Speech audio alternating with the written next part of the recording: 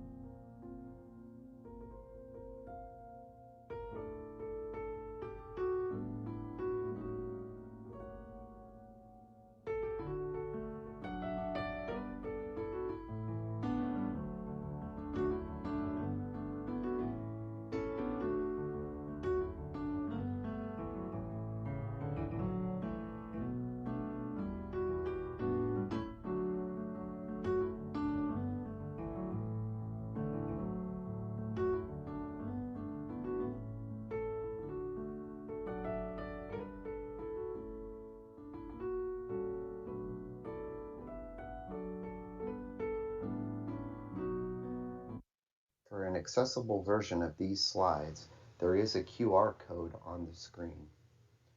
Alternatively, you may visit https://bit.ly/move on 2021.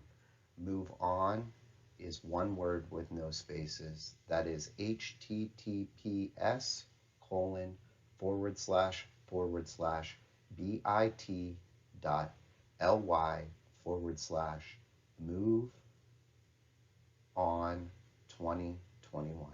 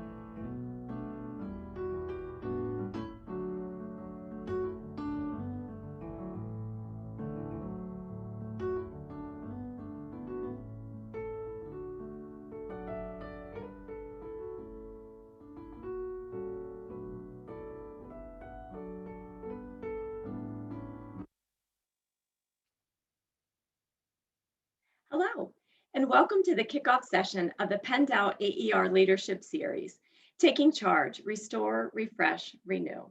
My name is Holly Russell, and I'm the president of Penn AER. I am thrilled that you're joining us today. In our first virtual leadership series in early 2020, we focused on resilience and self-sustaining practices to help us cope with the challenges of COVID-19.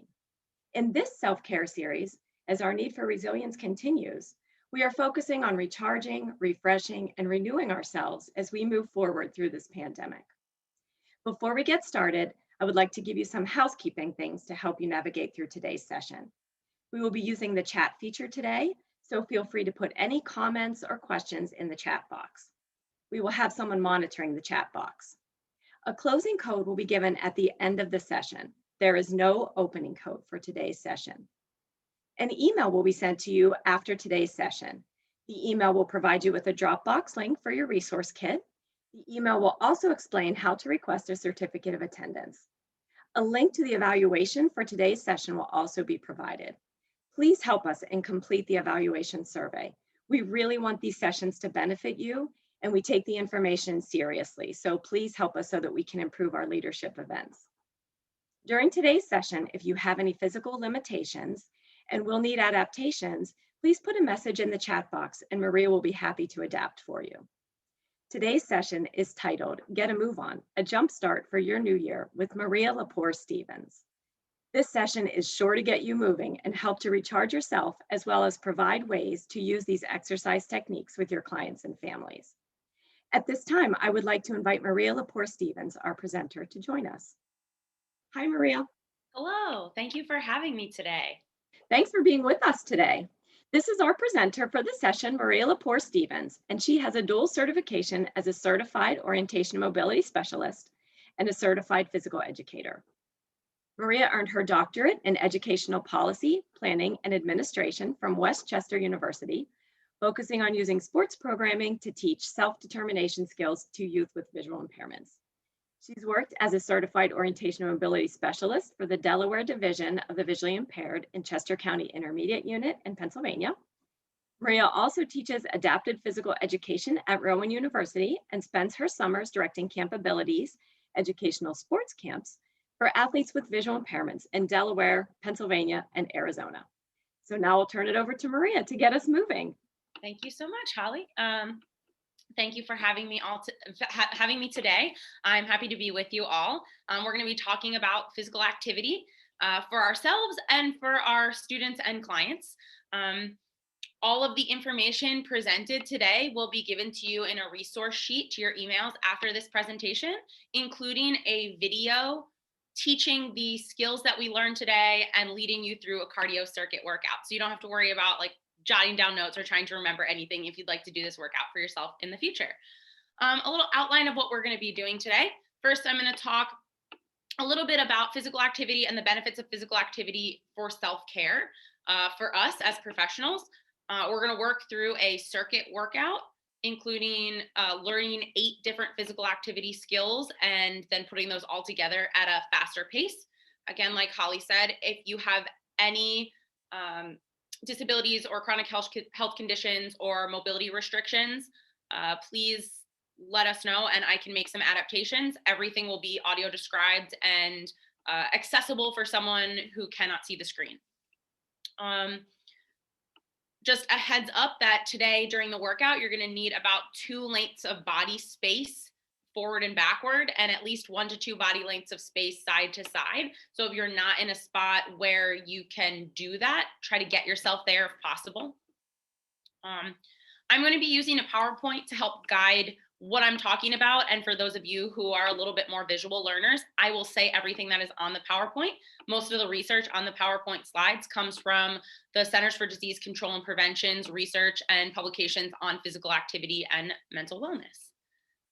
So let's get started with some of the research and information about why physical activity is important. So regular physical activity is important for self-care for a variety of reasons. Regular physical activity can lower high blood pressure, reduce the risk of stroke, improve aerobic fitness, improve mental health, improve cognitive functioning, reduce symptoms of arthritis, and prevent weight gain. So in general, regular physical activity has a lot of benefits. Specifically, when we're looking at self-care and mental health, physical activity can do a variety of different things. One, immediately. So immediately after a physical activity session, it can reduce feelings of state anxiety. So state anxiety is anxiety in the moment, how you're feeling at that particular time. It can improve sleep, and it can improve cognitive functioning. So there is research to suggest that individuals who do high intensity physical activity perform better on cognitive tests. There was a lot of research done in the past decade in schools where kids have a PE class in the morning and then their math and science classes right after that. And kids' scores improved in those classes if they did it right after high intensity physical activity. So that's the short term. Immediately, physical activity can help you in the short term. When done regularly, physical activity can also improve trait anxiety. So trait anxiety is a general sense of anxiety over time, not just in a moment feeling anxious, but generally day-to-day feeling anxious. Regular physical activity can reduce that trait anxiety. Physical activity, when performed regularly, can improve sleep outcomes. So sleep efficiency and quality, can provide deeper sleep and reduce daytime sleepiness because of better quality of sleep at night. And physical activity can also improve executive functioning. So physical activity has both short-term and long-term benefits.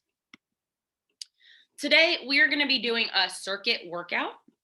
So a circuit workout is the same series of activities performed several times. So today we're going to be learning the activities at a slow pace, and then we're going to be amping up the intensity for 2 circuits of 5 minutes each. So a 10-minute workout after our initial warm-up.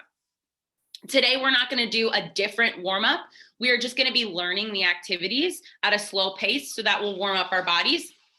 If you are doing this on your own or you're teaching this to family members or students, I recommend doing a warm-up of walking for 5 minutes, or slow jog for 5 minutes, or slow bike for 5 minutes, or just performing your first set of the circuit at a lower intensity to get your muscles more warm and ready to go.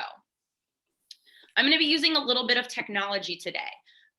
The links to download this app in both the Google Play Store and the Apple Store will be on the resource sheet that I send you. It is a Tabata app.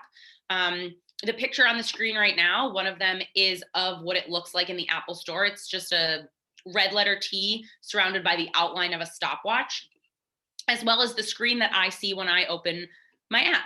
So in today's workout, we are going to be using this app to keep time for us. The benefit of using an app like this is you don't have to start and stop a stopwatch, and you also don't have to be looking at a screen or paying attention to when you have to switch activities. We're going to be doing each activity for 30 seconds with 10 seconds of rest between them.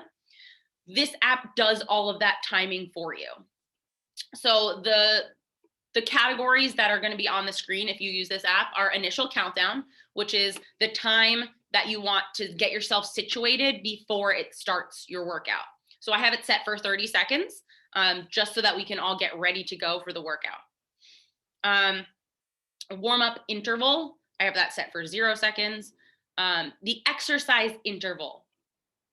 The exercise interval on my app is going to be set for 30 seconds. That means we're performing each exercise for 30 seconds at a time. The rest interval is 10 seconds. That means between each exercise, we have 10 seconds to get ourselves situated again before the new one starts. The number of sets, I'm teaching you 8 different activities today. So the number of sets is set at 8 because we want it to repeat 8 times of 30 seconds on, 10 seconds off. The recovery interval I have set for 1 minute. The recovery interval is the time between circuits. So we are going to do a circuit of 8 activities. We're going to rest for 1 minute, and then we're going to do the same thing again. So the recovery interval is 1 minute between those chunks of circuits. And then finally, number of cycles. I have it set at 2 cycles because today we're going to be doing 2 sets of about 5 minutes of working out. There's also a cool down interval. That warm up interval and cool down interval I have set for 0 because we're not doing a warm up and cool down using this app, but you can also set that if you would like to do a warm up of walking for 5 minutes or jogging for 5 minutes or something like that. So the Tabata app is what I'm going to be using today for our exercise and helping me get us along in the exercise, so that I don't have to look at any timers or anything like that. It's very useful for that. The benefits of a circuit workout is it's super customizable. The 8 activities I'm teaching you today are not the 8 activities you have to do. In fact, on the resource sheet, I've provided you with another whole circuit workout video with 8 other exercises, or you can do exercises that you know already. You can plug those in there. You can also chunk it into segments. While we get more benefits of physical activity if we can do it all at once, for example, 30 to 45 minutes of physical activity at a time. But obviously that's not everybody's schedule. You can also break this up throughout the day. So if you have back-to-back clients, but you have about 10 minutes between clients for yourself, you can do one 5-minute circuit between each client that you have. And by the end of the day, you'll have had a 30-minute workout broken up into 5 minutes. The only downfall of that is you don't have the warm-up time, so you have to perform it at a little bit lower intensity so that you don't hurt yourself, because you're starting with cold muscles every time. But it's super customizable. You can chunk it into segments throughout the day. Activity throughout the day is better than no activity at all.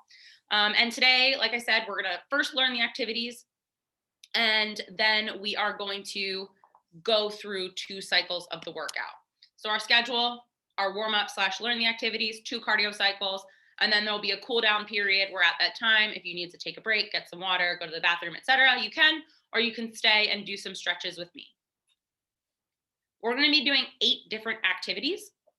We're going to be doing butt kickers, front lunges, squat jumps, side lunges, burpees, bicycles, dead bugs, and trunk twists. I'm going to be giving several different ways to do each of these activities, so you can pick what is best for your body and your skill level and your strength.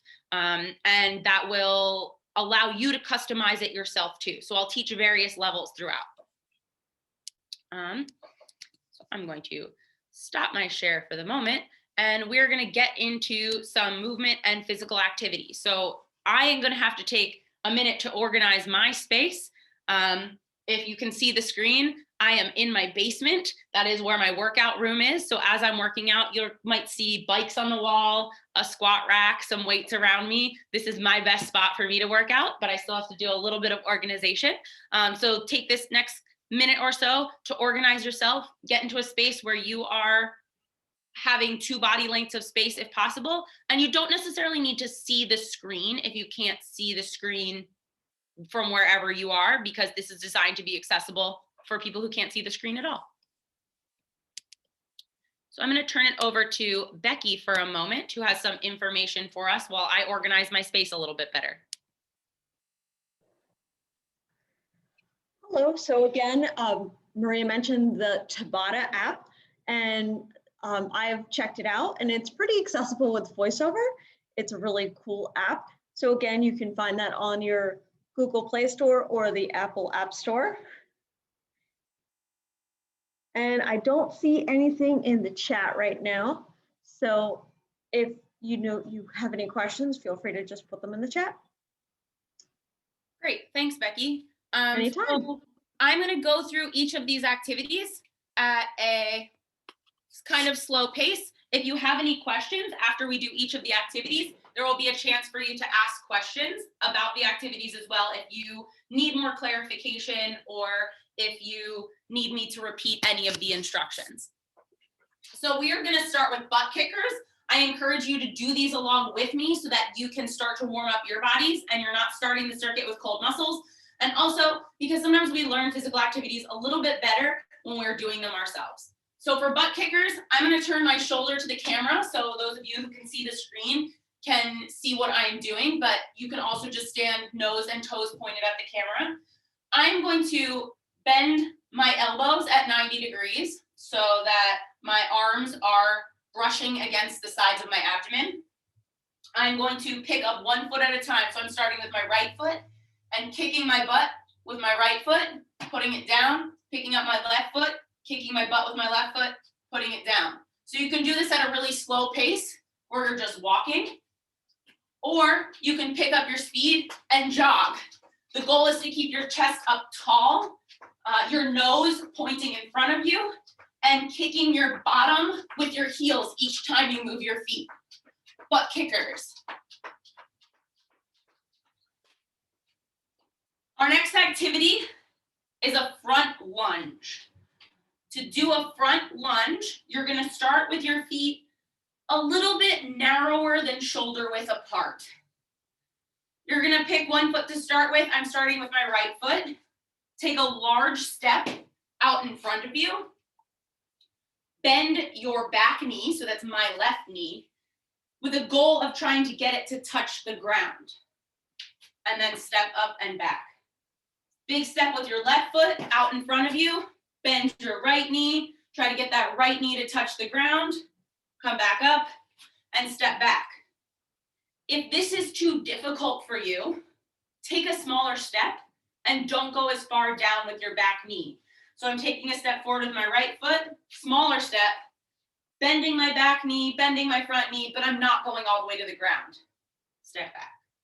Smaller steps and not going as far to the ground will be easier. If you would like to make it harder, you can pick up the pace and take a larger step. The bigger the step you take, the more difficult the exercise will be. You can also pick up the speed and go really fast, and then that is going to make a harder exercise too. That is front lunges. So far we have butt kickers, front lunges. Our next activity is a squat jump. So to do a squat jump, you're going to put your feet slightly wider than shoulder width apart. You're going to bend your elbows at 90 degrees and make your hands into fists. You're going to jump and bring your knees up, and your goal is to touch your knees to your fists. So when I jump, my knees stay wide. They don't come into my chest. They stay wide, trying to hit my fists. If this is too difficult for you, don't bring your knees up as high. Just do a smaller jump. If that is still too difficult and you're having trouble getting off the ground, you can hold onto a wall or a chair, or just bring yourself into a regular squat where you're not bringing your feet off the ground, you're just squatting your body down and trying to get your fists to touch your knees instead of getting your knees to touch your fists. So 3 different ways to do squat jumps. 1, you're getting your knees to touch your fists. 2, you're jumping off the ground but not as high. 3, you're instead squatting your upper body down so your fists touch your knees and coming back up. Butt kickers, front lunges, squat jumps. Our next activity are side lunges. To do a side lunge, I like to clasp my hands in front of my body. So I make a fist with one hand and then wrap my other hand around it and put it up in my mid-chest. You're going to take a step to one side. I'm stepping to my right first. Big step. I'm bending my right knee, the leg that I've stepped with, and keeping my other leg straight. So my left leg is straight. My right knee is bent. I am leaning towards the right. Back up. Other direction. I'm stepping with my left foot, big step, bending my left knee and leaning into it while my right leg remains straight. To make this easier or harder, you can go deeper into the lunge on both sides, or you can not go down as far, and that makes it a little bit easier. Butt kickers, front lunges, squat jumps, then side lunges. Our next activity is called a burpee, and I know this is one that scares people a little bit, but we're going to do it 3 different levels. This is one that you might want to tuck your shirt in for because you're going to be moving a lot. So to do a traditional burpee, you're going to stand with your feet slightly narrower than shoulder width apart. You are going to bend at your waist and put your hands on the ground so that you're balancing on your hands and feet with your bottom up in the air. When you get to that position, you are going to jump your legs backwards so that you are a straight line, balancing on your hands and your toes with your whole body straight. You're going to jump your feet back into your hands, stand up, and jump up, try to touch the sky. So I'm gonna do it faster and I'm gonna do it a little bit sideways. Bend at the waist, touch the ground, jump your feet back, jump your feet in, jump and touch the sky. To make it a little bit easier, if that is difficult for you, when you bend and touch the ground, instead of jumping backwards, you are gonna step 1 foot at a time. So step right foot, step left foot. So you are in that elongated position, and then step back in. Stand up and reach for the sky. So again, on side view, bend at the waist, take 1 step back with your right foot, 1 step back with your left foot, step back in towards your hands, reach for the sky. To make it harder, you're going to bend at the waist, jump back. When you get to that elongated position, do a push-up. Jump your feet in, jump and touch the sky. So again, side view, bend at my waist, jump back, push up, jump back towards my hands, jump up and touch the sky. So far in our circuit, we're gonna do butt kickers, then front lunges, squat jumps, side lunges, then burpees. After burpees, we're going to be on the ground for the next 3 activities. When we do our circuit, I'm gonna be the same distance from the camera the whole time, but to make it a little easier to demonstrate, I'm gonna bring the camera closer. And I also have a yoga mat to make it a little bit easier because I'm on a concrete floor right now. You don't need a yoga mat, especially if you're not on a concrete floor. If you're on grass or carpet, that's probably fine. You can also just grab a towel to put underneath of you. Our next activity is called bicycles. So to do bicycles, I'm gonna lay on my back and I am going to put my arms by my side so my palms are touching the ground. I'm gonna bend my knees so the soles of my feet are touching the ground and my knees are pointed to the sky. And then I'm going to pull my knees towards my chest so that the soles of my feet are now facing the wall that my nose would be facing if I was sitting up. My knees are bent about 90 degrees, and I'm going to rotate my legs like I'm riding a bicycle. So I push forward with my right leg as I pull back with my left, push forward with my left as I pull back with my right, like I'm riding a bicycle in the air. To make this activity harder, you can use your core, your abdominal muscles, to pull your upper body off the ground and put your hands lightly behind your head. You want to be careful not to be pulling your head forward with your hands because that could hurt your neck.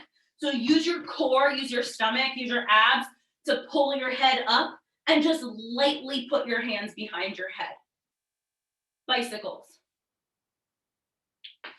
Our next activity is called dead bugs.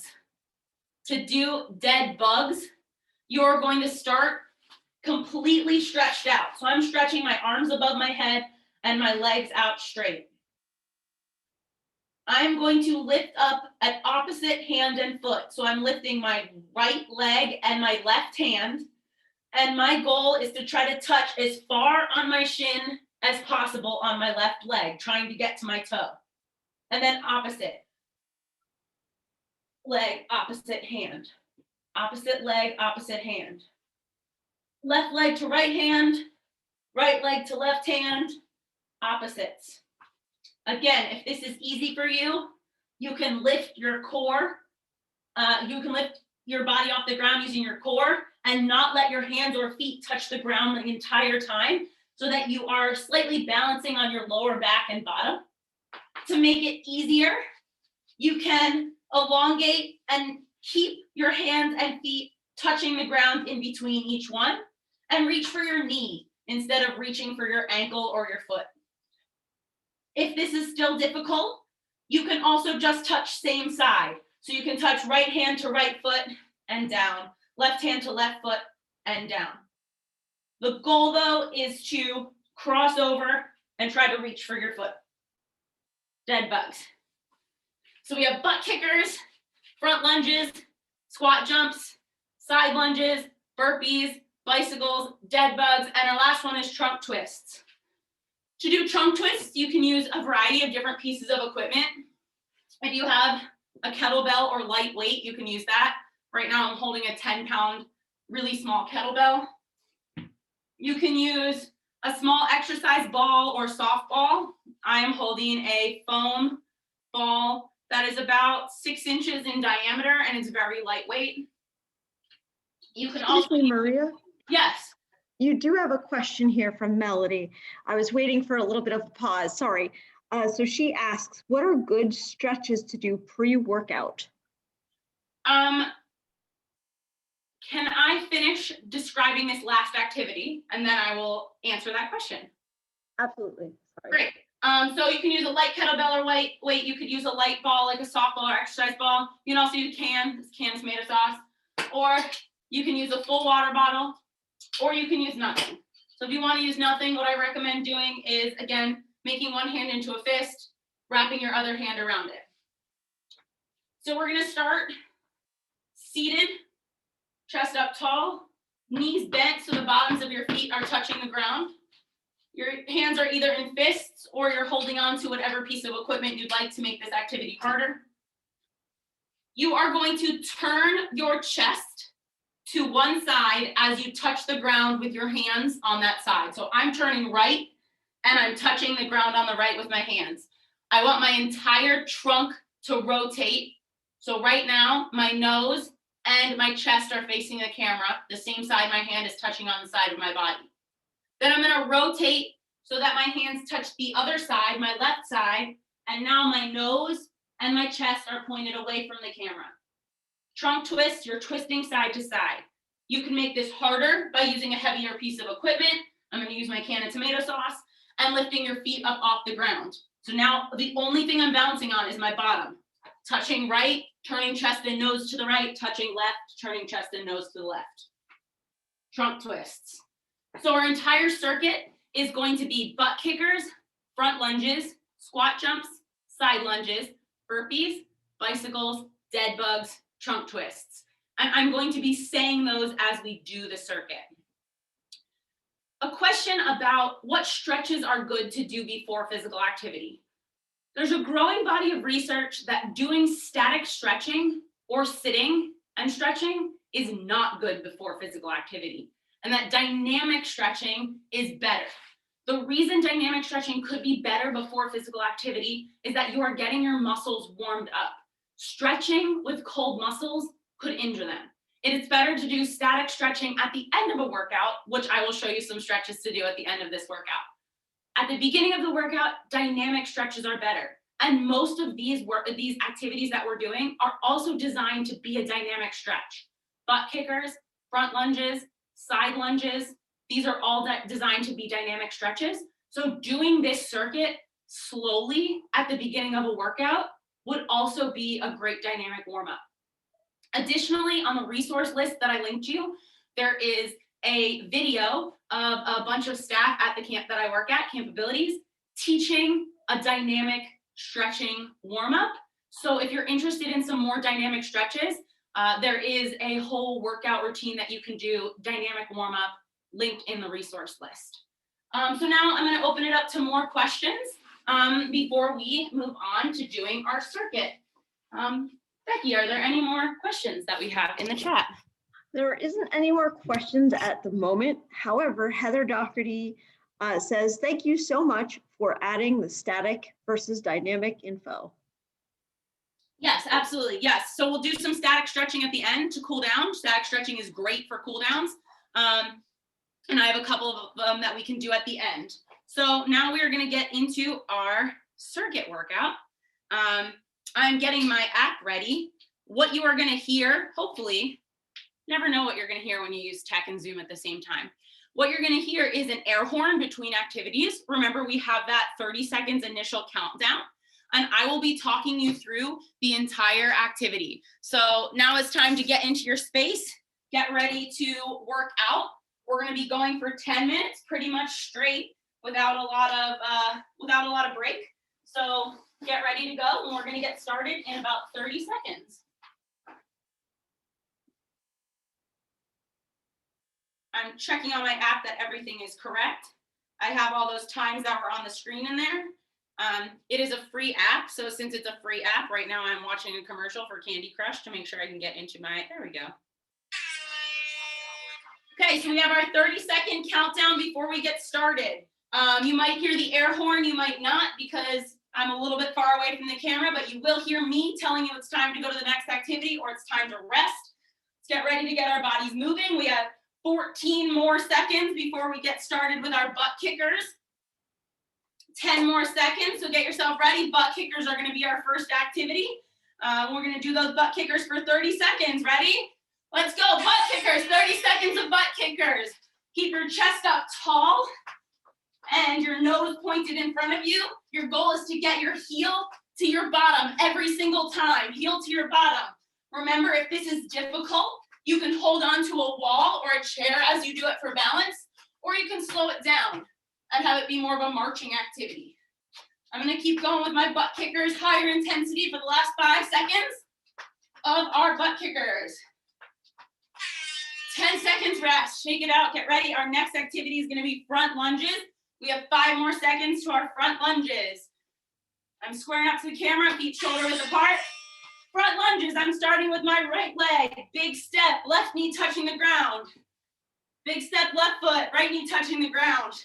Remember, you can make these easier by not going all the way down to the ground with your back knee, or you can make them harder by touching the ground with your back knee and taking a bigger step, picking up the pace. 5 more seconds, front lunges. 2, 1, 10 seconds rest. Our next activity is gonna be our squat jumps. So you're gonna start off by bending your elbows. Make your hands into fists and squat jumps. Try to get those knees to your hands. Knees to your hands. Remember, you can make this easier by not jumping as high in the air or holding on to something. Or if that's still difficult, going opposite and bringing your hands to meet your knees and doing a squat. 5 more seconds of squat jumps. This is one of our harder activities. Gets your heart pumping. Great, 10 seconds rest, shake it out. Get ready for those side lunges. If you don't have side to side space, turn your body and use that same space you did for your front lunges. Side lunges, take a step to the side, lean into it, back to center. Step to the side, lean into it, back to center. You can make this easier by going slower and not leaning as deeply into it. You can make it harder by taking a larger step. Side lunges, 5 more seconds.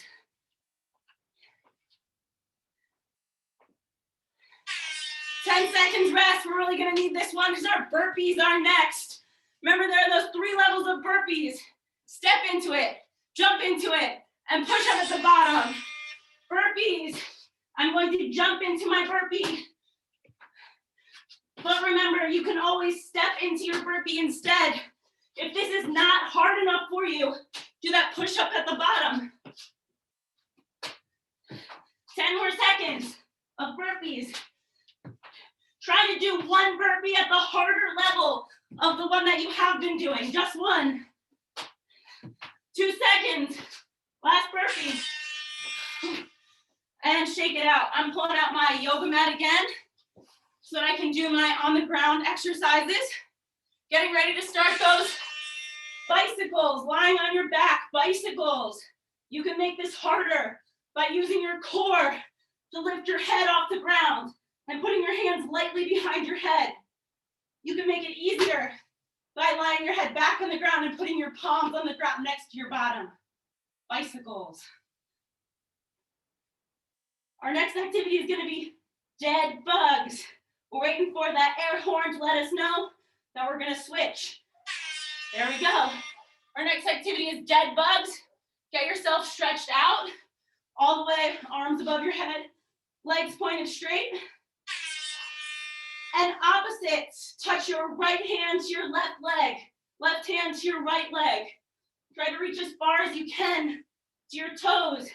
To make this harder, use your core to pull your head off the ground and try to touch farther on your leg. To make it easier, put your head back on the ground and reach for your knees. Exercises on the floor is one benefit of the app.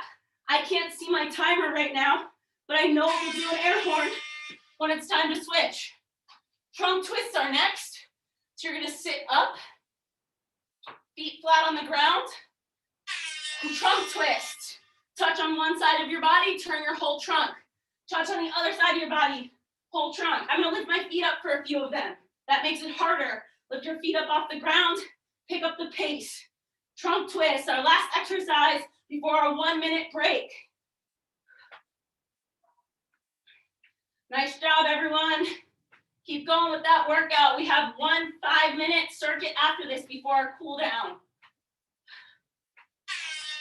Rest, 1 minute rest. We get to shake it out, relax, and get ready to go to our next activity. Shake it out, relax, 1 minute. I'm gonna put my yoga mat away so I can do my side lunges. Pull it out again when it's time to do our on the ground activities. Get some water if you need it, take some deep breaths. We don't wanna get too cooled down, that's why we're only giving ourselves a minute. We're gonna get started again in a couple seconds, about 20 more seconds. Resuming your workout reset. Get ready. When we hear the next air horn, it is time to get started. If you need water, take that sip of water, take some deep breaths. Stand up straight and tall, get your chest back. That helps you get some more air into your lungs. Try to breathe some deep breaths, not shallow chest breaths. 5 more seconds, and we're gonna get started with our butt kickers again. 5 seconds. And butt kickers. 30 seconds of butt kickers. Our last circuit. We got 5 more minutes to this workout. Try to make sure you're kicking your bottom every time with your heels. Butt kickers. Keep your chest up straight. 15 more seconds. If you have been doing the easier of the activities each time, try to do 5 seconds or 1 repetition of the harder one. 2 seconds. 10 seconds rest. Let's get ready for our front lunges. Make sure you have space in front of you to do our front lunges. I'm gonna start with my left foot and front lunges. Try to get that back knee as low as your body is comfortable getting it. Not everybody's gonna be able to get to the same depth. This is another one of those activities that would be a great warm-up stretch before a workout. You could do this slowly instead of quickly, and that helps you get warmed up. Or you can do it quickly, and that elevates your heart rate, and it's some good cardio. 5 more seconds. Try to get a little lower than you have been going for the last 1 second. And 10 seconds before our squat jumps. Prep by getting those feet shoulder width apart, your elbows bent, hands and fists. 30 seconds of squat jumps. Again, if you have been doing an easier one, if you've been squatting down, try to jump up just 1 time. If you've been doing a small jump, try to do a bigger jump just 1 time. Challenge yourself for 1 rep of each of these activities during this last circuit. 5 more seconds. 2 more seconds. And relax for the next 10 seconds before we start our burpees. Got 3 seconds, 2, 1, burpees. Again, try just 1 at a harder level than you have been doing. If you've been walking back, try jumping back or jumping 1 foot back. If you have been jumping back, try to push up at the bottom. Challenge yourself to do 1 harder burpee. 2 seconds. Next one, we're going to be on the ground for our bicycles. I'm getting out my yoga mat to make it a little bit easier.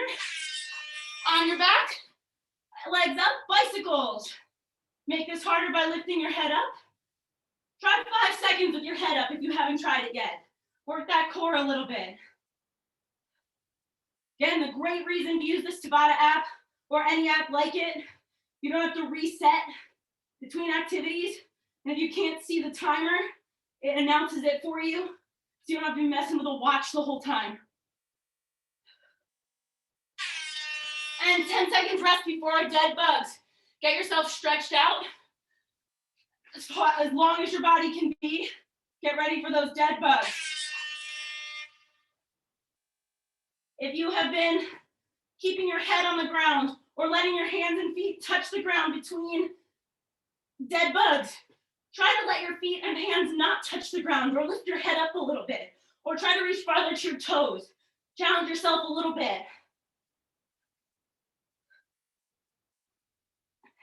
Almost through the second circuit.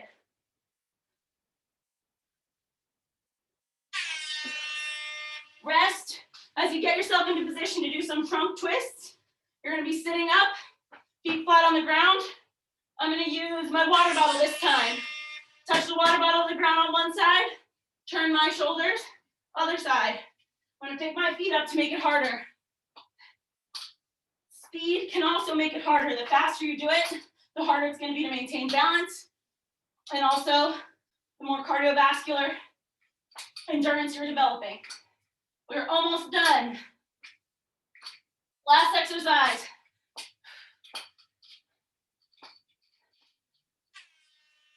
Nice job, everybody. That was the end of our second cardio circuit.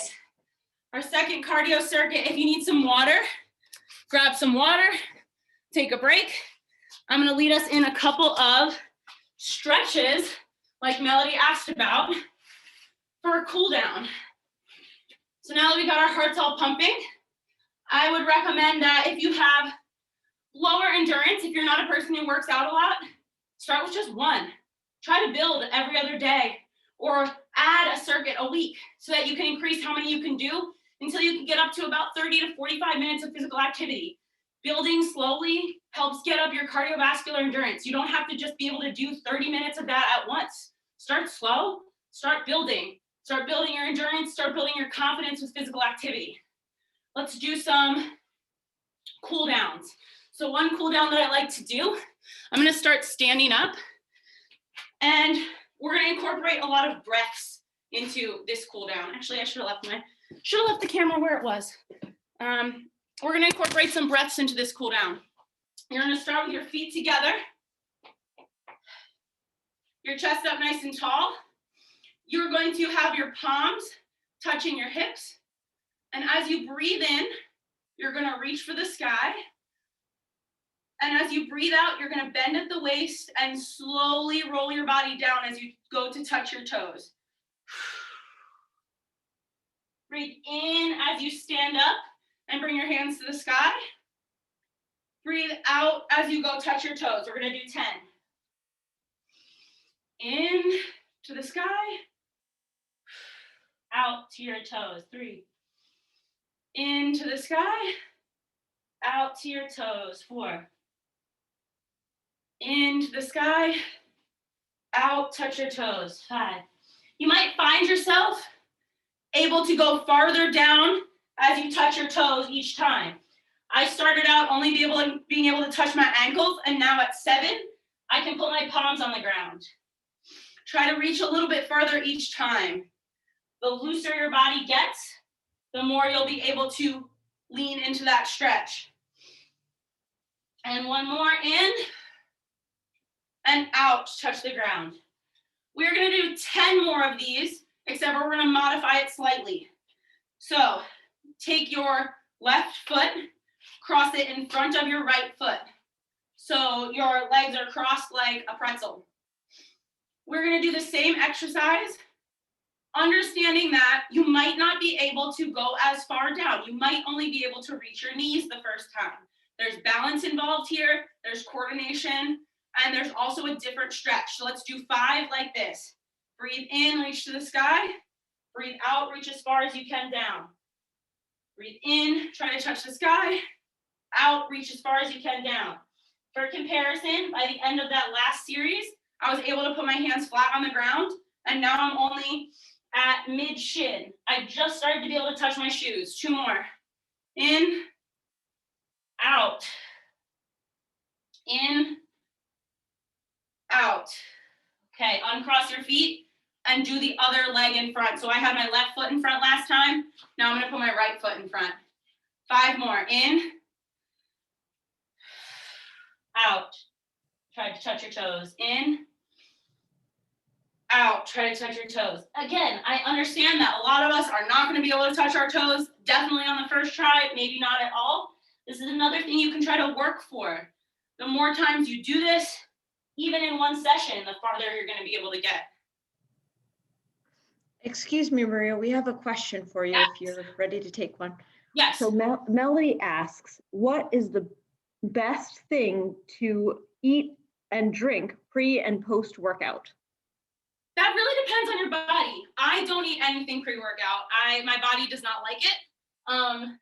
Some people swear by some carbohydrate item. Occasionally I'll do like a handful of almonds or a scoop of peanut butter.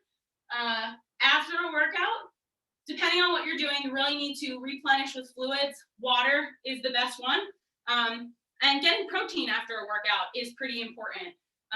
The carbo loading is kind of a myth. You really don't need to carbo load. If your body's feeling depleted, you're feeling low on energy, eat a handful of walnuts, a handful of almonds, a scoop of peanut butter, a banana. Just a little bit of food will probably get you going. If you eat too much, especially too much carbohydrates, it might cause a cramp. That's why a lot of people cramp if you eat too much ahead of time. But afterwards, really replenish that protein, because when you're working out, you're breaking down your muscles intentionally. That's what you're doing. That's how they rebuild. So you need that protein to build them back up again. If you've gone on a really hard endurance workout, like an hour or more of like running or biking or swimming, you might need to replenish carbs pretty quickly too, because you might burn through those. But getting that protein after heavy muscular endurance activity is important. And water. Water is really the best thing. Sports drinks have a lot of sugar in it. Some people also swear by like chocolate milk, because it has a little bit of carbohydrates, it has that protein, a little bit of sugar. So if you're a milk drinker, some chocolate milk might be good. Yeah, I usually just do water and like a protein bar or something after my workout right away, and then just eat a normal meal later on. Let's do a couple of more cool down stretches. So this is going to be a lot like our front lunge. So I'm going to do a front lunge, but my back leg, instead of trying to touch the ground, is going to stay straight. Right now I have my right leg in front of me. So my right knee is bent, my left leg is straight behind me. I'm going to lift my left arm, so the same arm as the leg that's straight, up in the air. And I am going to turn away from that arm that's in the air. So my chest is pointing to my right side, my right knee is bent, my left leg is straight, and my left arm is up in the air. And I'm going to breathe for 10 seconds in this position. Every time you take a breath, try to lean into the stretch a little bit more. In this stretch, that means you're bending your front knee a little bit more. And come back up to the neutral position. Other way. So I'm taking a step with my left foot, bending my left knee, keeping my right leg straight. I'm lifting my right arm up in the air. I'm turning towards my side, and I am taking breaths as I lean into that knee. Your goal is to be stretching out your hip flexor, which is your hip of the leg that is straight. I'm very tight in that area. If you do any sort of running, you're probably going to be really tight in that area as well. Okay, last two. I'm going to be back down on my yoga mat. I'm going to bring the computer a little closer so you can see me. If you can see the screen, this one is going to be weird. It's going to be a lot of me talking through this activity. So I'm going to start with one leg like it's going to be crisscross applesauce, and the other one with my knee pointed to the ceiling and my foot flat on the ground. So if you need to start with your feet the same, butterfly position with your feet, base of your feet touching each other, sole of your feet touching each other, and then lift one knee up. One knee is pointed to the sky, one knee is pointed off to the side. You're going to tuck the leg, mine is my right leg that is sort of half crisscross applesauce, under your bottom. For some people, this will be enough of a stretch. Just sit up tall. If you need more of a stretch, you are then going to lift your other leg. So this is my left leg over top of my right knee. So I'm going to explain it from the beginning again. I'm going to bring my right leg like I'm going to be crisscross applesauce. My left leg so that the sole of my foot is on the ground and my knee is pointed to the sky. I'm going to tuck my right foot, the crisscross applesauce leg, under my bottom. I'm going to lift up my left foot, and I'm actually physically lifting it with my hands and putting it over my right knee. So I'm twisted into a weird pretzel. Again, this might be enough of a stretch for you. If it isn't, turn your body either direction. You'll get a different stretch depending on what direction you turn. Turn your body, try to put one of your hands behind you and take a deep breath in and out. Let's stay here for 10 seconds.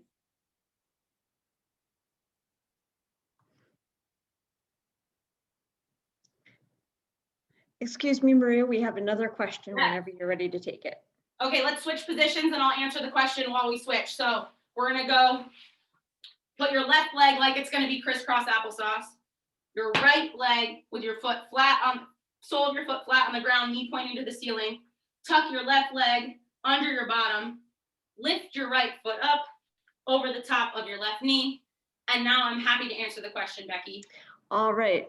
Marinelle asks, if I choose to perform these in separate chunks, should I perform them in the same order you presented them, or can I mix them up? You can definitely mix them up. Just remember, if you're doing separate chunks and you haven't had a warm up, just perform the activities at a lower intensity than you would if you had a warm up period. So today, our warm up period was us going through all the activities at first. And if you're doing them in 5-minute chunks throughout the day, just start really slow because you want to start with warm. You don't want to be doing high intensity physical activity on cold muscles. Okay, our last stretch is for your piriformis. So what you're going to do is you're going to lay flat on your back, and then you're going to pull your knees up so that your soles of your feet are flat on the ground like we started our bicycles. You are going to lift one leg. So I'm lifting my right knee towards my chest, and then I'm rotating it so that my foot is, instead of the sole of my foot facing the wall in front of me, it is facing to my left side. So if it would look like it would be making a print letter or print number 4 if I had my other leg straight.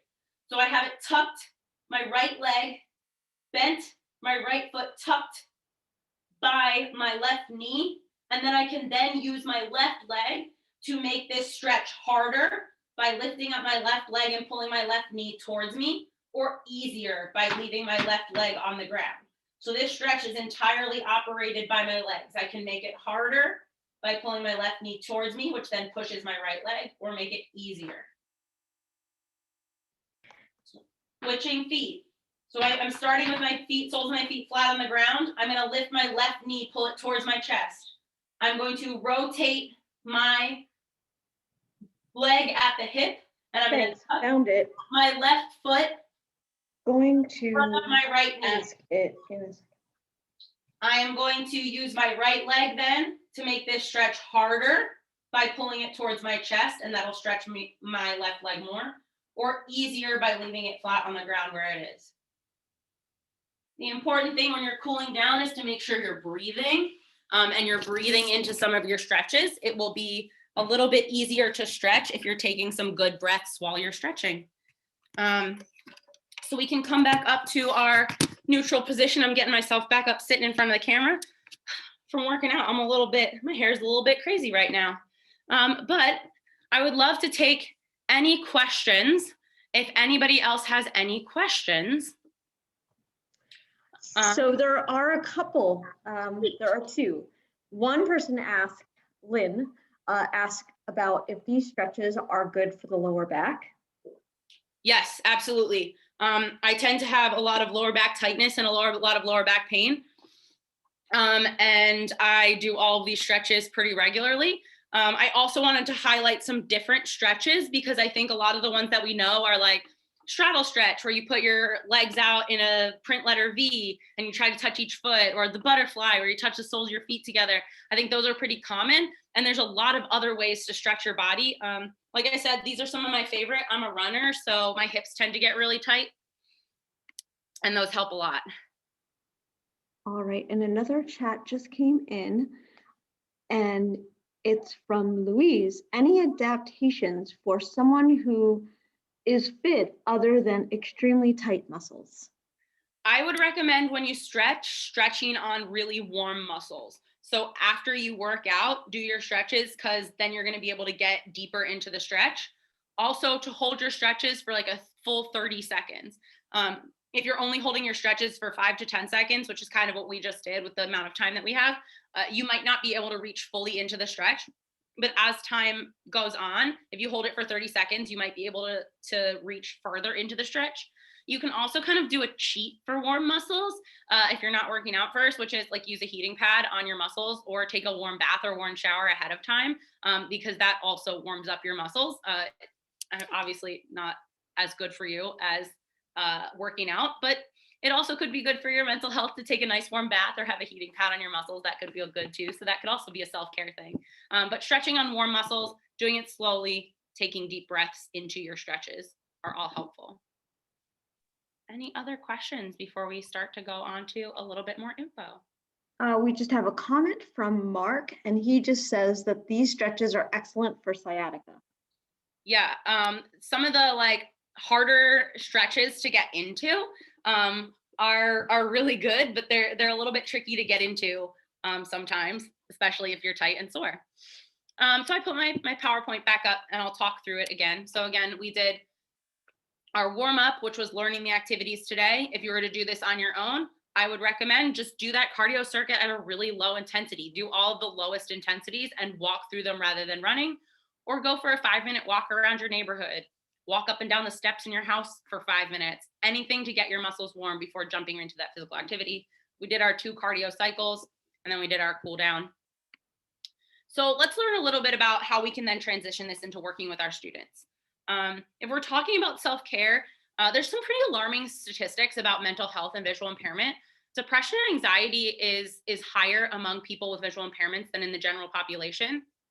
And research suggests that almost 1/3 of people with visual impairments experience depression and or anxiety. And the number I kept finding was about 29% of people with visual impairments experience depression. There's a variety of studies that I've listed from 2018, 2019, 2015, and 2004. So spanning the past decade and a half, there's research showing that mental health disorders are higher in populations of people with visual impairments than the general population. Physical activity can be a really good way to combat depression and anxiety, especially when paired with other things like talk therapy and coordination with mental health professionals. But what physical activity can do, we saw what it can do for adults, but not all of us work with adults. Some of us work with children. In children, regular physical activity reduces risk of depression, improves aerobic fitness, muscular fitness, and bone health, promotes a favorable body composition, improves attention, and some measures of academic performance, especially with school-based physical activity programs. And then I know some of us work with older adults as well. And in older adults, physical activity can improve sleep, reduce fall risks, improve balance and joint mobility, extends years of active life, helps prevent weak bones and muscle loss, delay onset of cognitive declines, and improve cognition, specifically executive functioning, attention, memory, crystallized intelligence, and processing speed. So there's benefits of regular physical activity throughout the lifespan. If we're looking specifically at vision professionals and why it's important for vision professionals to look at using physical activity in their practice of teaching, there's a variety of reasons. So O&M skills are incredibly enhanced by physical activity. Number one, people with visual impairments who can't drive are going to need some degree of cardiovascular endurance to walk to the bus stop, to walk pretty much anywhere that someone who's sighted might drive. So increasing cardiovascular endurance through physical activity can make tasks like walking to work, walking to the bus stop easier, so that instead of it being a difficult task to walk a mile to the bus stop. It's just easy. It can also enhance a variety of other O&M skills, concept development, like body image, spatial, temporal, positional, directional, and environmental concepts. All of these things can be enhanced by physical activity. The more you move your body, the more aware of your body parts you are. And you're also able to name and list different parts of your body that you might not be able to without learning about them through physical activity. You understand what activities make certain muscles hurt or feel better, and that increases body awareness and body image. Doing regular physical activity, even things like using the Tabata app, can increase an understanding of time, because if you're working out in segments of 30 seconds, you start to understand, oh, that's 30 seconds. That's what 30 seconds feels like, or what a minute feels like, or what 5 minutes feels like. Directional concepts and positional concepts, moving your body in different ways can increase your awareness of directionality and laterality and where your body is in space. Physical activity enhances motor development and motor skills needed for balance, posture, and gait. All of those things get better when your muscles are stronger. Sensory development, specifically vestibular, kinesthetic, and proprioceptive senses. The more you move your body, the more aware you are of where your body is in space. The better you get at moving your body and the more control you develop over your muscles, the better your sensory awareness is going to be. And then a couple of other things that are specific O&M skills that I see being enhanced by physical activity immensely. Upper and lower protective techniques. I have worked with young children in particular, young children with multiple disabilities that don't have the body awareness or muscular strength to hold their arms in upper and lower protective techniques. Increasing muscular strength and body awareness through physical activity can help that. Squaring off, again, squaring off requires you to have a sense of space, and physical activity can help with that. Following directions, particularly if you're following a workout video or following a coach, listening to those directions and using it to move your body in physical activity and sport can help with O&M.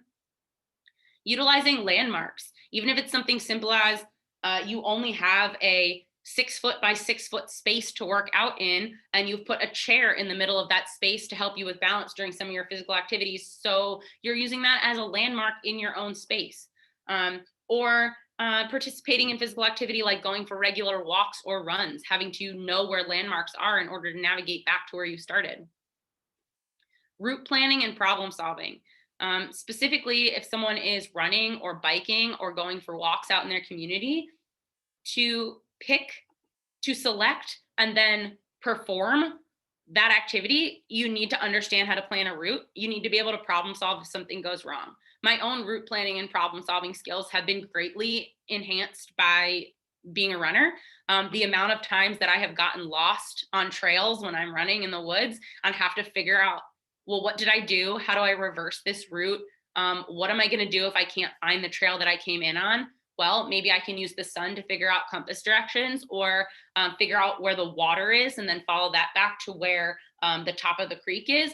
Those are all problem solving skills that I use during sport and physical activity. That translates directly to what our students could be using during sport and physical activity, which then enhances O&M. So what if you're not an O&M instructor? Well, all of us to some degree are probably involved in ECC components to some extent, whether we're teaching children or we're working with adults. We saw that physical activity can help with cognitive skills. That's a functional academic skill. High intensity physical activity can help increase cognitive skills. We saw how it could help with O&M. Sport and physical activity are social. It is way more fun to do sport and physical activity with other people. That's a social skill, giving kids and adults with visual impairments a way to connect with their community and bond through sport is a huge social skill. Independent living, figuring out what one needs to do to work out. Are you going to the gym? Well, how do you get there? How do you get a membership? How do you get help there? What do you need to do? Like, what clothing do you need to wear in sport? Because it's different. What do you need to do to make sure that that clothing is clean and not stinky? Because running clothes get stinky, workout clothes get stinky, you need to wash them. Like, all of the things that go into sport and physical activity definitely enhances independent living skills and can be taught independent living skills can be taught through physical activity as well. Obviously, recreation and leisure skills. Career education. What can you do if you like sport and physical activity? How can that be a job? Assistive tech. We used some assistive tech today. We used a Tabata app. The Tabata app helps with not having to time yourself and look at your watch and all of those things. Sensory efficiency skills. We saw when we talked about O&M, how it can help with sensory efficiency skills. And self-determination. Sport provides so many opportunities for self-determination. Selecting an activity someone likes. Refusing or deciding not to participate any longer in an activity that someone doesn't like. Understanding that you might have to do things that you don't like to achieve a goal of being stronger, of being able to walk farther, of being able to run more. There's plenty of times in sport that you have to do something you don't like to achieve a goal that you want. All of those things are wrapped up in self-determination. So sport and physical activity can enhance all of the components of the ECC. And you can teach almost all these components of the ECC through sport and physical activity as a means to get there. So one of the things I know people are always pretty interested in other than just fitness for our students and clients with visual impairments, but also like accessibility of sport and physical activity, because in the community, a lot of sport and physical activity are ball sports, which is not super accessible. So on the resource list that I gave you, as well as on the screen, and I'm going to show them in a minute, I have some low cost, moderately cost items, and then one kind of expensive item, but it's a really good item. So I am going to stop sharing, because why would you look at pictures of it when I can make them all make sounds instead? So a couple of pieces of equipment that are great both for children and teenagers, as well as adults with visual impairments who want to be able to play with their kids or with their family members. I embarrassingly had not thought of that until I gave one of my friends an auditory soccer ball so he could help film a video, an instructional video for me. And he realized he was able to play soccer with his kids for the first time because he could hear the ball. And it was that simple. So Flag House Sports, which again, this is all in that resource list you're going to get, has a couple of good pieces of equipment. Unfortunately, don't have one of the soccer balls because I gave the last one I had to a student. It looks exactly like a soccer ball, but it has bells in it. It's about $17, so fairly affordable. Flag House also makes the same thing in a volleyball. So this looks like a standard volleyball. It has bells in it. It just provides a little bit of auditory feedback. This is one of the best auditory volleyballs there is out there. Might be the only auditory volleyball there is out there. The soccer ball sounds similar, just bells. It has the exact same texture and look and everything as a volleyball, so it does not call a student out for using it. Similarly, the Flag House basketball looks exactly like a basketball, standard size and weight. It just has bells in it. Again, about $17. Really beneficial for home use as well as PE class use. Another pretty cheap, easy modification is called a solo soccer trainer. They have a variety of different ones of these. They're about $10 to $15. You can get them on Amazon. You can get them at Dick's Sporting Goods. And I'll explain a little bit what it is. Okay, so this is a standard soccer ball, and it's in a little mesh net, kind of like a bag that you'd get clementines in at the grocery store. And then it has a long string coming off of it with a handle. These also come with, instead of a handle, with a Velcro waistband that you put around your waist. The goal of this particular item, and let me see if I can get you to see me, is that I can hold this soccer ball through the handle in my hand, and the soccer ball is dangling down, and then I can kick it and it doesn't go anywhere. So the soccer ball doesn't make noise. You can put an auditory one in there, but this is a great way to adapt in PE class if like a student's PE teacher just does not want to get auditory equipment. Standard piece of equipment, soccer teams at schools might have it. Great way that the ball doesn't roll away from a student when they're trying to play and be physically active. This can also be used independently without a partner, just in the backyard to kick around, learn how to dribble a soccer ball, etc. What else? So that's, yeah, about $10 to $15. Another piece of equipment from Handy Life is a rugby ball. Not a super popular sport in the US, but it's actually a really great ball. It's about $30. Same thing. Jingles, auditory. a lot of the kids at camp, when we teach rugby at camp, absolutely love it. And I think it's because a lot of times kids with visual impairments aren't allowed to have the same like rough and tumble sports experience as sighted kids, and rugby is really rough and it's also really tactile, so the kids love it. Again, going a little bit more expensive, we have the rugby ball is Maxi Aids, not Handy Life. We have a Handy Life soccer ball, and the Handy Life soccer ball is one of the better ones. It's louder. It has beads instead of jingles. So this is one of the better soccer balls. It's a little bit more expensive. It's about $45 from Handy Life, but it is really one of the best soccer balls around. And then finally, the expensive piece of equipment is the Beep Kickball Association Beep Kickball. This is a playground ball. It's about 9 to 12 inch diameter. I'm going to play it. It's really loud and really annoying. This ball is really great for use outdoors. The other balls, the sound tends to get absorbed when you're outside. It's just too quiet. It's miserable inside a gym, but it's really great outdoors. It's $140, but they are really, the National Beep Kickball Association is really interested in their product getting out there. They give grants. They have a youth size. You can get replacement parts. They'll fix it for you. So even though it's really expensive, they are really willing to work with you. And then the final piece of equipment I don't have physically, so I'm going to share my screen again so you can see it. If you can see the screen, it is a cheaper version of this kickball from Go for Sport. It's about $50. It's just not as high quality. It's not as big, and they don't work with you as much to get it, to make sure it's working and it doesn't break. So there's a variety of different pieces of equipment that I like that I shared with you on the resource list that you'll be getting.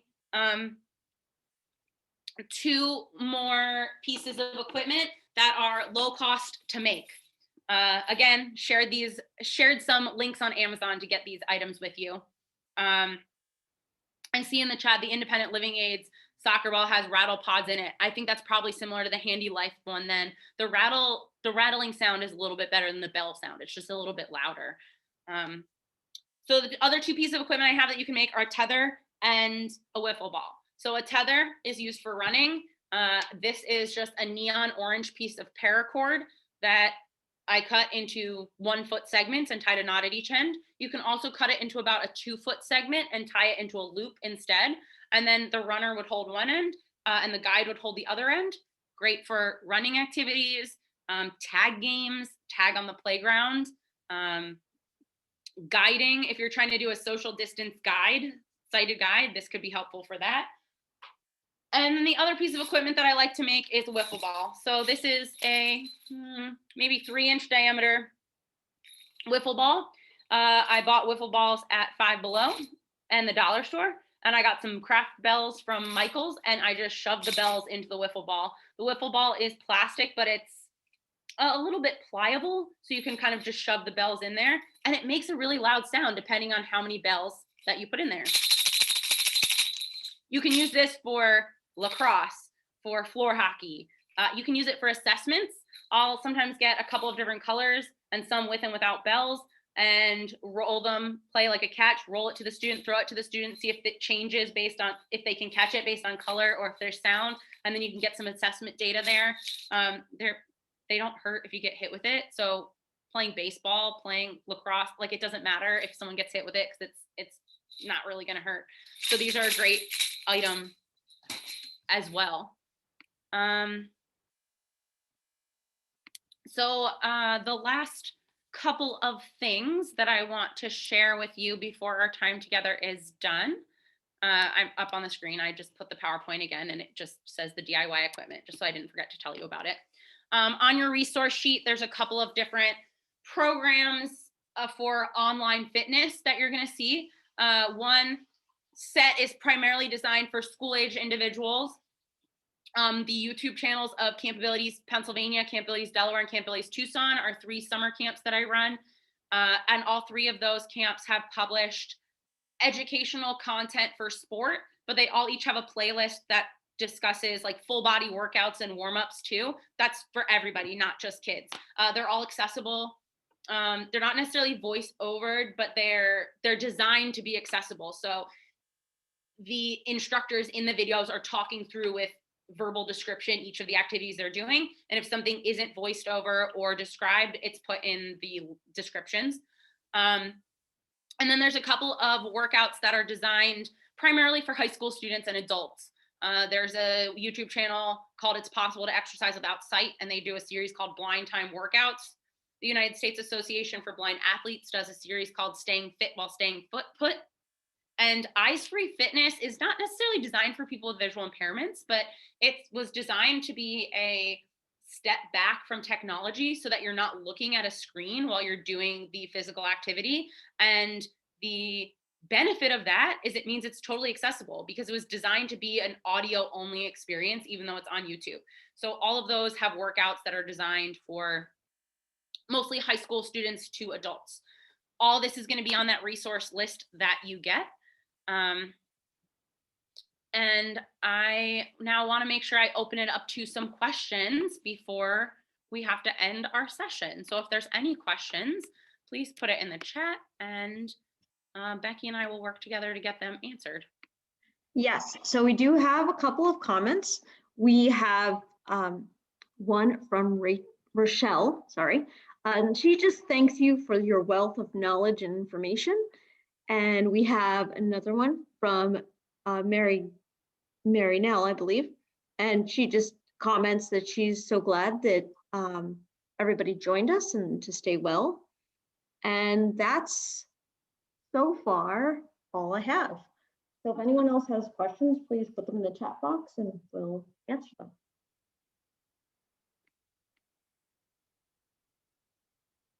And I'm not seeing any yet, so. Here we go. So we've got from Lynn, what type of exercise is good for arthritis in the knees? I would say that some good exercises are lower impact. So walking rather than running, also walking on softer surfaces. So walking like on trails in the woods or even gravel or grass might be easier than walking on pavement. Also, if you can get into a pool, swimming is awesome for arthritis. Swimming, especially in warmer temperature water, can help relax the muscles, and it can put a little less pressure on the body so you can move it in different ways. I know swimming is not always an option for people, but walking, light weightlifting, really good. And Lynn says, thank you for that information. Absolutely. Does anyone else have any questions? If you do. Oh. Okay, we've got Stacy asking about the Northeast Association Blind Athletes is currently offering a fully described weekly virtual workouts via Zoom, and then she also gives the link. And then we have from Mark, are you going to have camp abilities this year because of COVID? If so, adaptations with a question mark. Great question. Thank you. So Camp Abilities Pennsylvania will officially be virtual this year, and that sounds like a bummer, and it kind of is, but we have learned a lot in the past year. We had a fully virtual camp last year. It is all published on our YouTube channel that you'll get in your resource list. And this year we're going to be virtual again. Part of it, the reason is because we don't really get to make the decision. Westchester University, where camp is held in southern Pennsylvania, is still closed. And we don't know when they'll make the decision if they're still closed for summer. Additionally, since kids aren't on the vaccination schedule yet, it doesn't really feel safe to bring children, especially because at Camp Abilities Pennsylvania, they come from about 6 different states, bring children from 6 different states together when everyone can't get vaccinated. So our program this spring, Memorial Day weekend, 2021, will consist of a combination of live content, where we're going to be doing live sessions about 3 times a day for about an hour. Asynchronous content, we'll have instructional YouTube videos for kids and their families to follow along. And virtual coaching, where we'll assign a one-on-one coach to a child. The coach will FaceTime, video chat, Zoom, text with the family to provide some feedback and some connection to the child.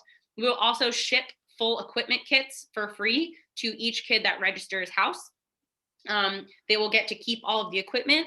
Last year, this included a soccer ball, a basketball, tethers, and a couple of other pieces of equipment necessary for the activities, like resistance bands and some of the other camp programs that I ran shipped volleyballs and shot puts and discuses and golf clubs. So depending on what we decide our sports are going to be, the kids will get that full kit of equipment. So we will have camp. It will be virtual, but we will still have the same connection for kids with visual impairments all over Pennsylvania that we usually do. And we hope to make it even better. Camp Abilities focuses, the Camp Abilities in Pennsylvania and Delaware focus not just on sport and physical activity, but health and wellness and some of the self-care things that we will talk about throughout this series. So we've been able to translate it into a virtual setting pretty well. We anticipate that Camp Abilities Delaware is going to be the same situation due to the facility currently being closed where we hold Camp Abilities Delaware and the inability for children to get vaccinated. Hopefully we'll be back up and running in person by 2022, but at both camps, we will be accepting new kids this year, which we did not last year. So if your students are interested in the Camp Abilities program, email me, visit our websites, campabilitiespa.org, campabilitiesdelaware.org. And we have another question from Tisha, and she asks, since it's virtual, can students from other states that are farther away attend? Hi, Tish. Yes, absolutely. Students can attend from far away. We had a really awesome winter program this year where kids from Delaware and kids from Tucson attended together, which was a little wild with the time difference, but also really cool for kids with visual impairments to network. I would say a lot of the camps, from what I've heard, are going to be virtual. There will still be some in-person camps, some places. However, I would look into whatever camp is closest to your time zone, unless kids are willing to get up really early, which happened with our Tucson kids when we had our combined camp with Delaware. But yes, from Pennsylvania and Delaware, kids can participate from anywhere. And that's all I'm finding so far in the chat. So if there's any more questions, please keep them coming.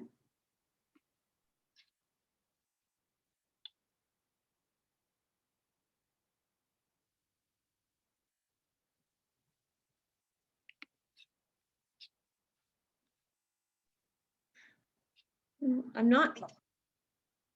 Oh, so we've got a question from Lori about the resource list. Will it be emailed? Yes, I believe that it will be emailed to you as soon as this session is over. It contains the links to a bunch of the equipment that I showed, the Camp Abilities YouTube channels, and the other YouTube channels that I found that does some accessible sport. It's also in the Dropbox. And it also includes some directions to make some of the adapted equipment, like the tether and the wiffle ball that I showed. But it's already in the Dropbox, and you'll get an email as well. And from, Teresa, what are the age ranges for the camp, for Camp Abilities? I think she's talking about. Yeah, Camp Abilities Pennsylvania is ages 7 through 17. So pretty much end of first grade through senior year of high school. Camp Abilities Delaware is typically going to be starting at age 7 when we have our overnight program, but right now we're starting at age 3 or 4, as long as families are comfortable with that, because when it's virtual, parents are responsible for their kids, and kids aren't going to be away and homesick. And from Kimberly, what exercises do you recommend for senior citizens to get started? I recommend, again, walking, like I recommended for arthritis, walking, swimming if possible. Swimming is also a really great independent activity for individuals with visual impairments, because there's some natural boundaries there. If you're swimming in a lane or doing like water jogging in a lane, you have a boundary. Walking, absolutely. Light weightlifting, so doing some weightlifting with light weights. Even something as simple as holding a can and doing some overhead presses with like a can of tomato sauce or like a can of beans. Activities that involve compression of joints and weight-bearing activities can really help build up bone strength for elderly individuals. But also on the flip side of that, people have to be careful, because if they have gone their whole life without exercise, then bones can be a little bit weaker. So light weights, walking, water aerobics, really walking is great for everybody. Just start including walking in your routine. And I advise everybody starting to include walking in their routine. I have started doing a walk commute where in the mornings I'll take my cup of coffee and I'll walk for about the same amount of time that I would usually drive to work.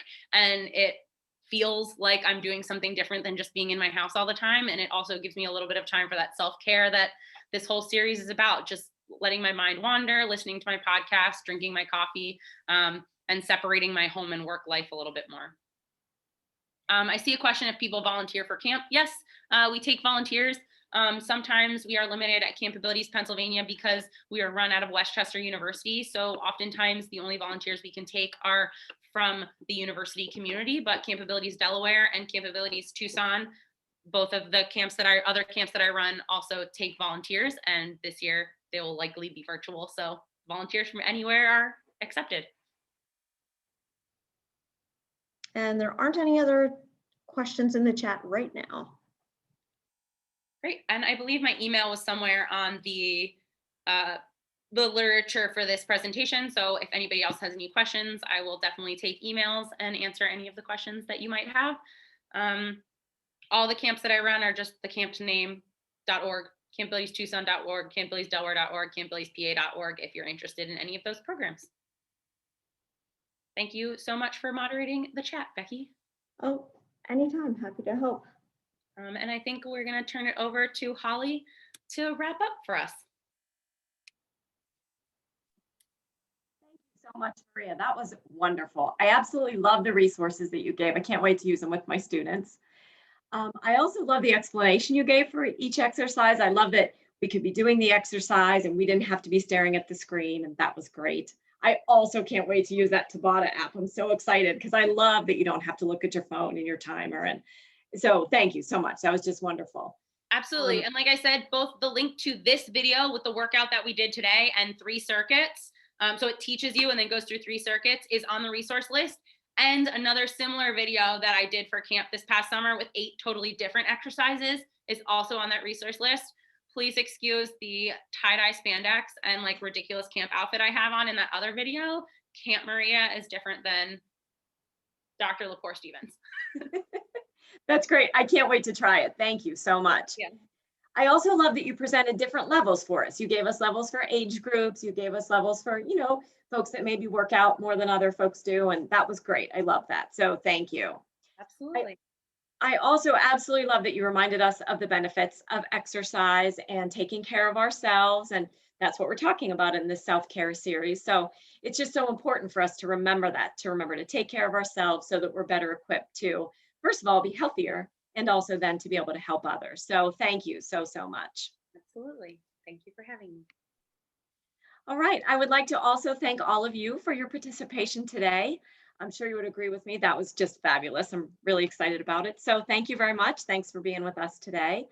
Thank you to the Penn AER Board of Directors and the Leadership Committee for working so hard on this program today. I would also like to thank our wonderful AV team for all of their support and assistance with the production of this session. Thank you, Becky, so much for monitoring the chat. You did a marvelous job. I would like to extend my gratitude to the Communications Committee who provided assistance with promotions and accessibility assistance. You will receive an email shortly after this session, and the email will include the link to a Dropbox folder. That's how you'll get the resources. The resources won't actually be sent to you, but the link to the Dropbox will, so then you can access the Dropbox. Also in that email, there will be instructions to request a certificate of attendance if you would like one from today's session, and also a session evaluation. We would love for you to join us for our next 2 sessions on February the 25th and March the 25th, where we'll be thinking about a little bit about our mental and emotional health, as well as our creative health with some rock painting. So please visit our website at penn.aer.org. We're excited to present these opportunities for you, and we hope you can join us.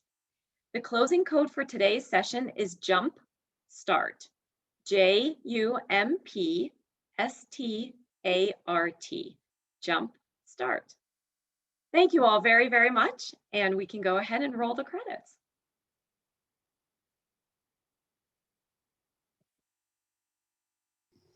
Thank you for joining us. Stay well and take charge of your own well-being.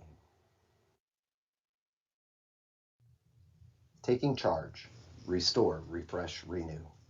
Pendel AER expresses deep appreciation to our guest presenters for their ideas, insights, and generosity. Maria Lepore Stevens, Billy Brookshire, Marine Army, thanks for being on our team. This webinar was provided by the Pendel chapter of AER as part of our annual Leadership Development Series.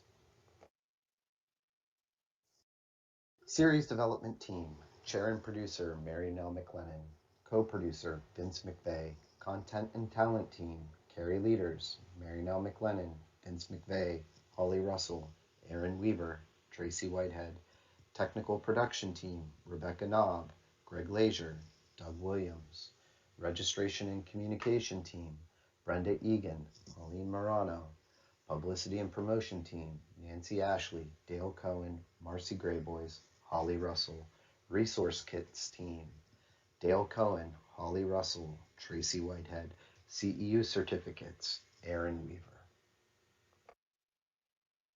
Immediately following this webinar, Pendel will email you a Dropbox link to a resource kit of activities and resources that support these self-care practices for you to use and for you to share with your students and clients.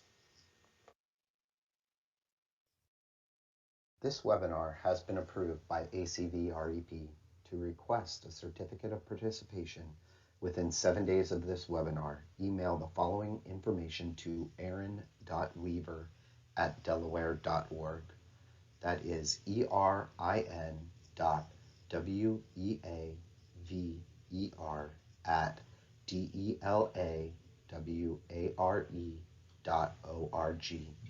Please email the following information: your name, the email address to which the certificate should be sent, your name as it shows up in the Zoom for this event, the session code and date of the event for which you request a certificate.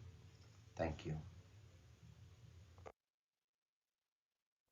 Pendel AER thanks our techies, Greg Lazier, Doug Williams, Becky Knobb, and Patton for their time, resources, and support. Pendel AER thanks Debbie Hosoffel and our Communications Committee for their time and expertise in making our promotional materials accessible. Pendel extends our special thanks to Icons 8 and the musician Gabriel for the song Belong. This song played during the opening loop.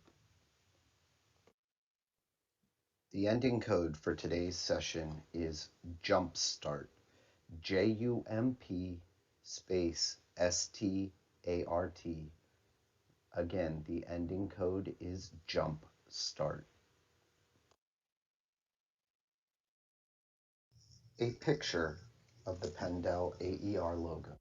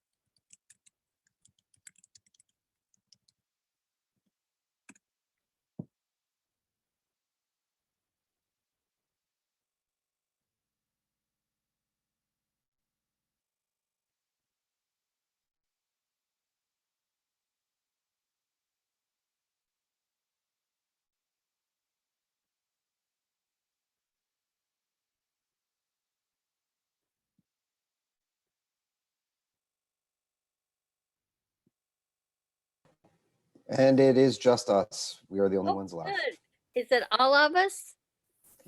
I mean, all of the